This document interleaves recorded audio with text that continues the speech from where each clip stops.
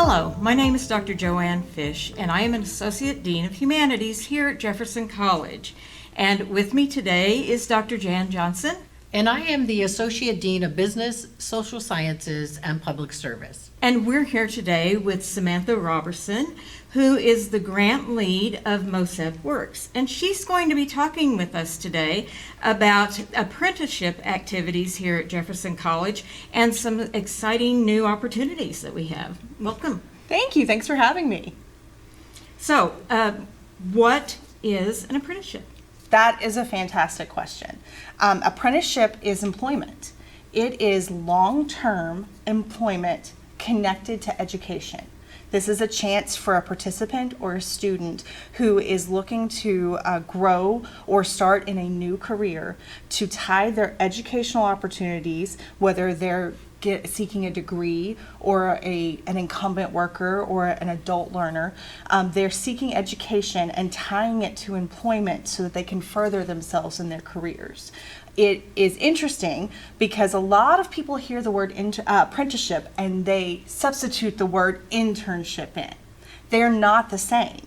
An apprenticeship is paid employment. It is long-term. It's not a brief window of time. It's not free to the employer. It's an opportunity to work and make a good wage while building skills and education in the career that you hope to continue on past your education. Well, that's just great. It really is. It's an amazing opportunity, and it is something that has existed. Apprenticeship has existed in our country since before we were a country, right? You know, we talk about Benjamin Franklin. You talk about Paul Revere was an apprenticeship as a silversmith. You know, we've had the idea of apprenticeship for hundreds of years. In the United States, it came up again in the 1930s, and then it looks as it does today, started in the 1970s. So apprenticeship has existed. It's just now there's this opportunity to expand it and really connect it to our students here at Jefferson College who are coming in to seek an associate's degree, or maybe they're looking for a certificate in a particular area of study, or they've entered our domain through workforce and employment services and they are looking to gain skills in a profession they're already working in and looking for that non-credit training. It's just an opportunity to tie all of these things together. Oh, that's great.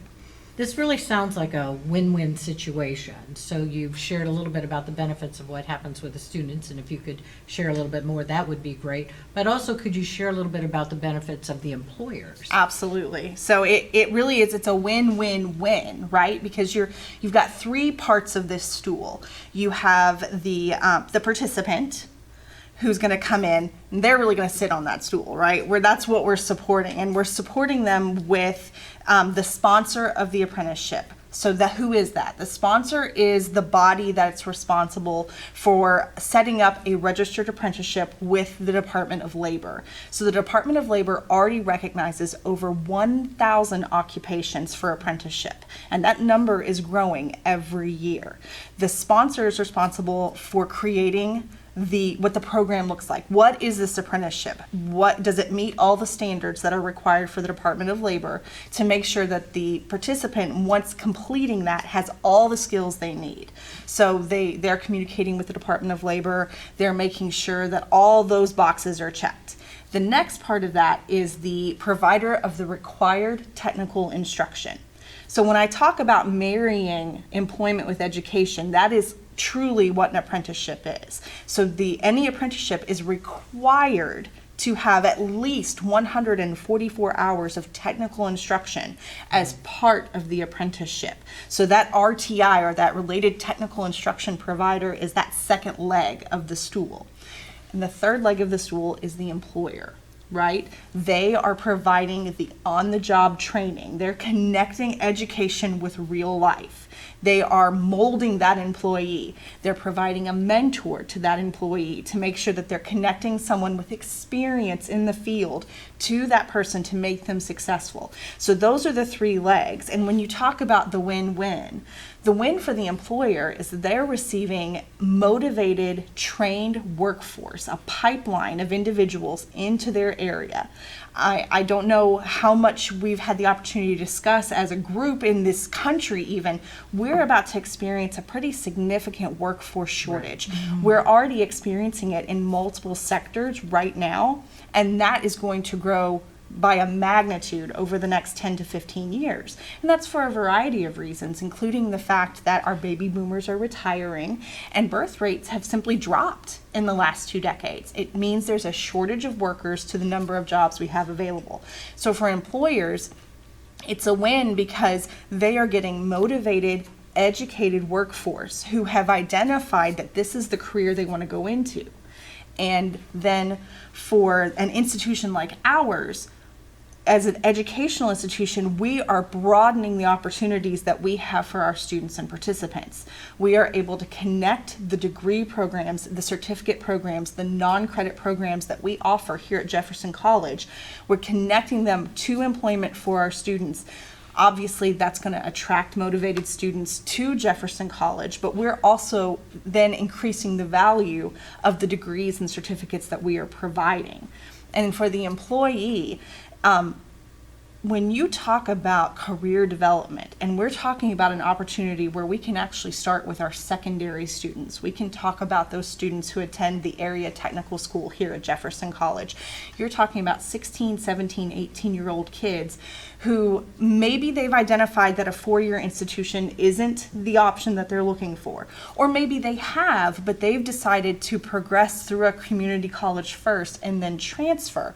We're giving them the opportunity to connect what they're doing in the classroom right now in the degree they're hoping to seek directly to their work experience. And I don't know about you, but if I'm reviewing resumes and I see someone who's already got 2 years of experience in the field versus someone who maybe is a hard worker, maybe they've got work experience, but it's not connected, whose resume is going to rise to the top? Right. You know, I think it's a pretty obvious situation. The statistic that I love to share is that apprentices who complete with an employer, there's 2 things. First of all, 93% of apprenticeship completers remain employed with the company where they completed the internship. Wow, That's a great Yeah. statistic. Yeah, so you talk about building employee loyalty. Employees feel like they're being invested in by the employer, and the employer is recognizing motivated, talented workforce. And then the other statistic that I think is remarkable is that participants who complete an apprenticeship have a lifetime earning potential of more than $300,000 more than their counterparts who have not completed an apprenticeship. Why on earth Wow. would we not take every opportunity to Right. give our students and participants that kind of leg up? Yeah, Yeah, Absolutely. exactly. absolutely. So what have Jefferson College's apprenticeship activities been so far? Let me just tell you, we have been largely through our area technical school and our workforce and employment services. We've actually been working on this for some years now. We kind of discuss apprenticeship as a wave, and we have been very fortunate that we are on the front of that wave. I'm going to consult my notes here a little bit because a lot of these activities predated my time with the college, and they deserve to be recognized. Suzanne Richardson, our area technical school and early college director, helped to establish registered youth apprentices for her area technical school students. Right. And we had a need here at the college, particularly in our buildings and grounds area, where we were having some trouble keeping qualified staff in that role. So she helped to establish a carpentry apprenticeship and a building maintenance apprenticeship. And we have had students starting in 2022-2023 school year. We have had students who are working in that apprenticeship. We also, in the 2022-2023 year, we began discussions with partners regarding metal fabrication, our culinary arts students, and our early childhood education center. So that got started. Like, look behind you. We were already there, Right. you know? And then the following year, we, in workforce and employment services, really opened up in the CNA, or the Certified Nursing Assistant program.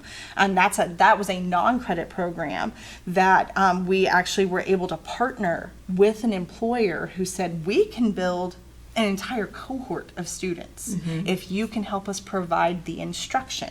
So when we talk about that three-legged stool, we talked about the technical instruction, the sponsor, and the employer. That can look very different from apprenticeship to apprenticeship. There are times when one body serves as all three.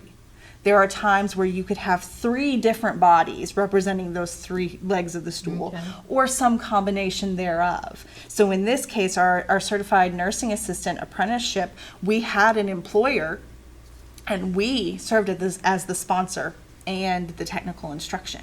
Got it. So it gives you all of this flexibility to meet employers where they are. We also established our teacher aide apprenticeship. We are in Hillsborough, Dunklin, and Windsor school districts with that and looking to grow. And we are also in the early childhood center here at Jefferson College and looking to expand in every direction. Well, and I don't know if you know this yet, but I hired the first teacher education apprentice about 2 hours ago. Oh, That well, just- congratulations. I didn't Yeah. even know that. Yeah. It's so It's really exciting. good, yeah. Getting the opportunity to talk to these students, and once they understand, and it is a responsibility that we have to make sure we are properly educating our students, our participants, our community about what it is we're talking about. Like, Right. what is the thing? What is apprenticeship? I know it seems elementary when I start a conversation with that question, but there's a lack of understanding. And once we can bridge that gap, the enthusiasm is immediate. Oh, you're so right. Suzanne told me today that this particular student said, I don't understand why everybody isn't doing this. And it was just heartwarming, yeah. Goosebumps. Well, and I think if I could just add, I mean, I know that students often struggle because they are trying to go to school and working a job and learning about whatever area they're going into. And then we say, well, you need to go, especially in teacher ed, right? We Right. say, well, you need to go get observation hours, or you need to go, practice in a classroom. Plus, they have to go to McDonald's or another place, to work. But this helps them, right? Am I right? That now Absolutely. they're earning money Right. while their they're field. learning about whatever it is in their field. correct? Absolutely. Yeah. And when I describe this, these are employees plus. And so what is the plus? Well, we've already kind of identified the education piece. Right. But the other plus to this, and we can talk even more in depth as we get into my new role with MoSEPWork, is we provide support services. So in a real world situation, if you have an employee whose car broke down and they call in and they say, I'm sorry, I can't get to work. Realistically, most of our employers do not have infrastructure to try to intervene in that situation. Right. And that can cause loss of pay. It could ultimately cause the loss of the job. Right. And many times these are factors that the employee would absolutely do something about had they the means. So when you're an apprentice here at Jefferson College, you have that support system. We had the opportunity to assist a student who was having that very trouble. The car would not start. And this is a conscientious, motivated student who had to call in and say, I'm so very sorry, but I think I might have to leave the program because I can't get to where I need to be. And because of the activities at Jefferson College and the opportunities provided by MoSEPWork, which we're going to get into more detail in just a moment, we had the opportunity to bridge that gap and say, you know what? Nope, we have the resources. We're going to get you to that experience that you need to be at.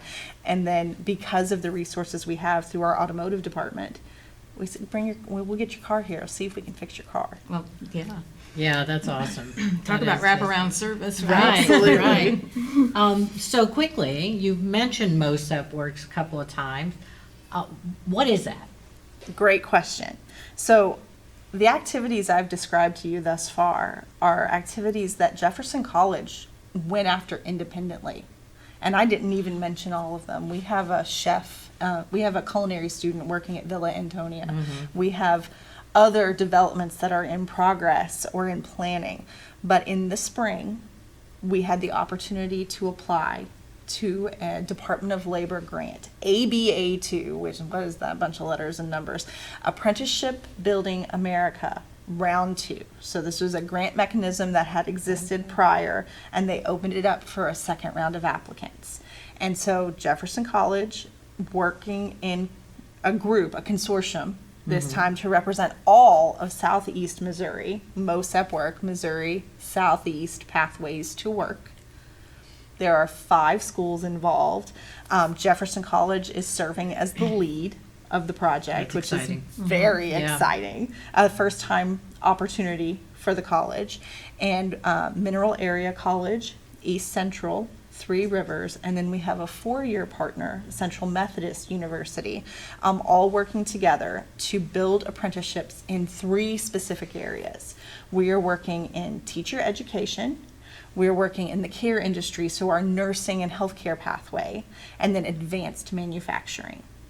So we applied in the spring, and July 1st, we found out that we were the recipients of a $4 million grant to cover great. 4 That years of is work. amazing. It is an incredible opportunity to build an infrastructure of apprenticeship, not just here, but throughout the entire Southeast Missouri region, so that we're building policies, procedures, and structures that will continue long term, because apprenticeship is not going away anytime soon. In fact, it is only going to continue to grow. This has been identified by multiple workforce watchdogs as one of the key ways to combat the workforce shortage in our country. So we talked about, so what does it cover? We're building infrastructure, but we're also providing direct student services. And while we are focusing in those areas of healthcare, teacher education, and advanced manufacturing, the structures that we build will benefit any type of apprenticeship here offered at Jefferson College.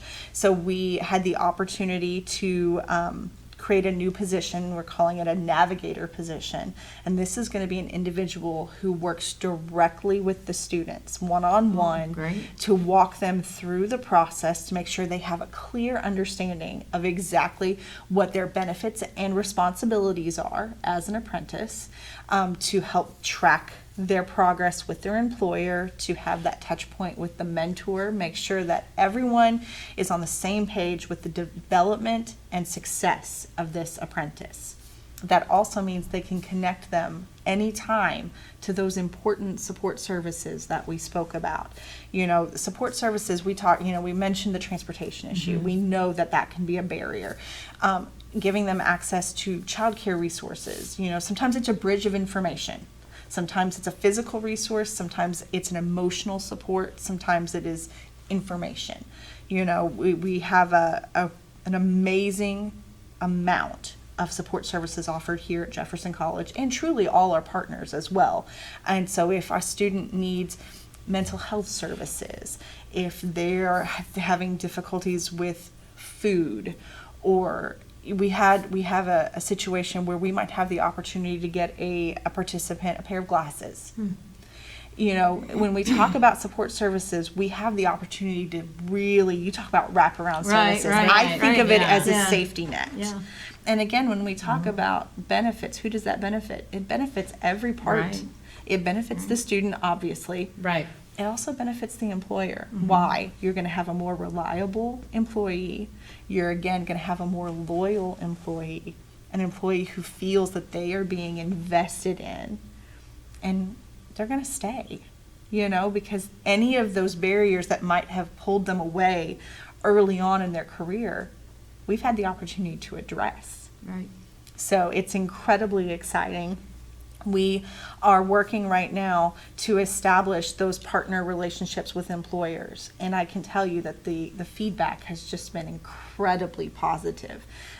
We had a meeting with a manufacturing partner yesterday, and they just said, how has this not been around sooner? Yeah. Right. Well, and I wanted to ask, so if you have an employer who's watching this podcast and is interested in finding out more information, what do they need to do? They need to email or call me, SROBERS, the number 1, at jeffco.edu, or give me a call, 636-481-3249. Call me Sam, call me Samantha, just call me. We are excited to get our employer partners connected.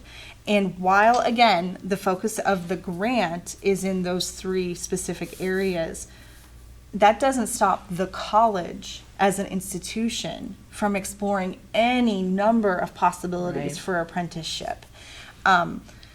We talk to employers and we try to make sure they understand, these are your responsibilities. You're going to provide a mentor to this person.